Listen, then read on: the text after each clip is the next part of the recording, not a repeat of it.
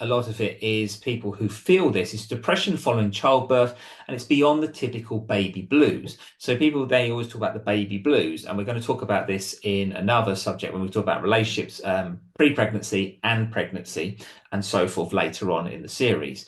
But however, when we're looking at typical baby blues, how it affects someone is these clients experience profound sadness and emptiness after a child's birth, which obviously is very unusual because the idea of when someone has a child, it's the idea they should be, this joyous, they're happy to have a new person in their life and someone who they would like to nurture and so forth. So there is this very much, and most people, when they do this, they feel very guilty about it.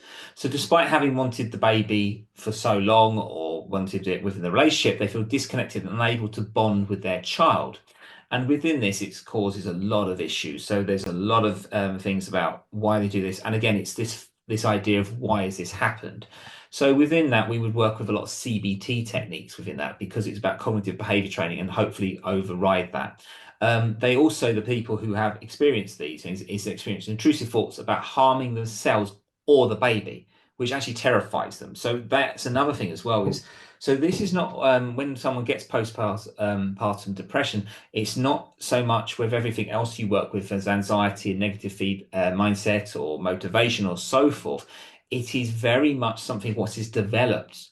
It's not something which is linked always to childhood or linked to adolescence or so forth. So it can be it's a very tricky situation, and there's a lot of work you need to do with a client. Also, the client will also feel ashamed of these feelings, hiding them from their family or struggling with their basic child care tasks.